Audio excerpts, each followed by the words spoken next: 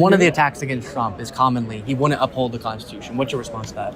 My response to that is that's a lot of projection from the people who are making the accusations. Does it bother you that he called for the termination of the Constitution? He did not call for the termination A of the massive Constitution. fraud of this type actually allows the termination of all rules, regulations, articles, even though it's found in the Constitution? Cite for me one time where Donald Trump called for the termination of the Constitution. I'm reading it to you right now. He's never called for the termination of the Constitution. A massive fraud of this type But here's what I believe. I'm going to answer this question before I go to the next interview. I'll try to cite for you. Well, what I do believe is there's the projection of the people who do call for the termination of the Constitution and their behaviors want to take the decisions away from the voters. And never in American history have we seen the wielding of prosecutorial power to try to eliminate a candidate in the middle of an election while you had extrajudicial means of removing them from the ballot. But I do want to start with. Question before you head out. Are there any? Became Trump's vice president. Obviously, one of the things that has been pointed out, I think on the debate stage, is that Trump tried to get Pence to not certify the election results.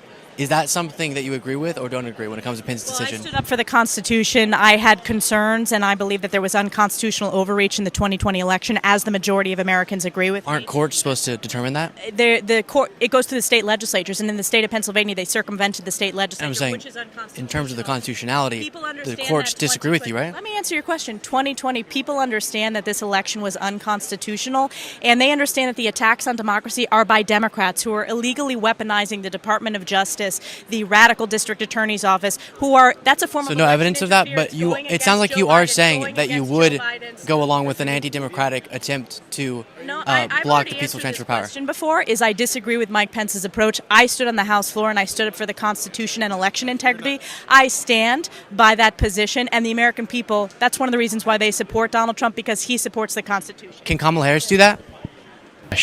One of the questions that I didn't hear an answer that was super clear from Trump on is so many people, dozens of people who left his administration, very different than Biden's administration, have said this guy's not fit to be president. Yeah, it's right here. He can do it. Good man. So how do you explain that? So many people. So he was saying my past indicated maybe I wasn't going to be the most friendly to Byron Donalds. In the room for the most important decision, saying this guy can't be anywhere close to the White House. Well, first of all, let's say this. When you fire people, whether it's an administration or even out of a company, and I've noticed this in politics, political people don't think they should ever be fired, even when they're doing a bad job.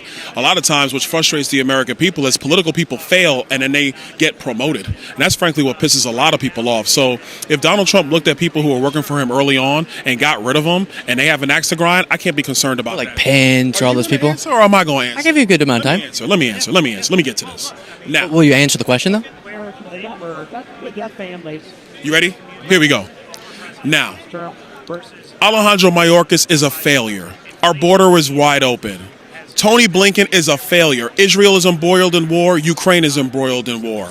Pete Buttigieg, this dude took off for a month. Nobody even knew he was gone. You're not talking about Trump's administration officials. Are you talking or am I talking? Taking a long route to it.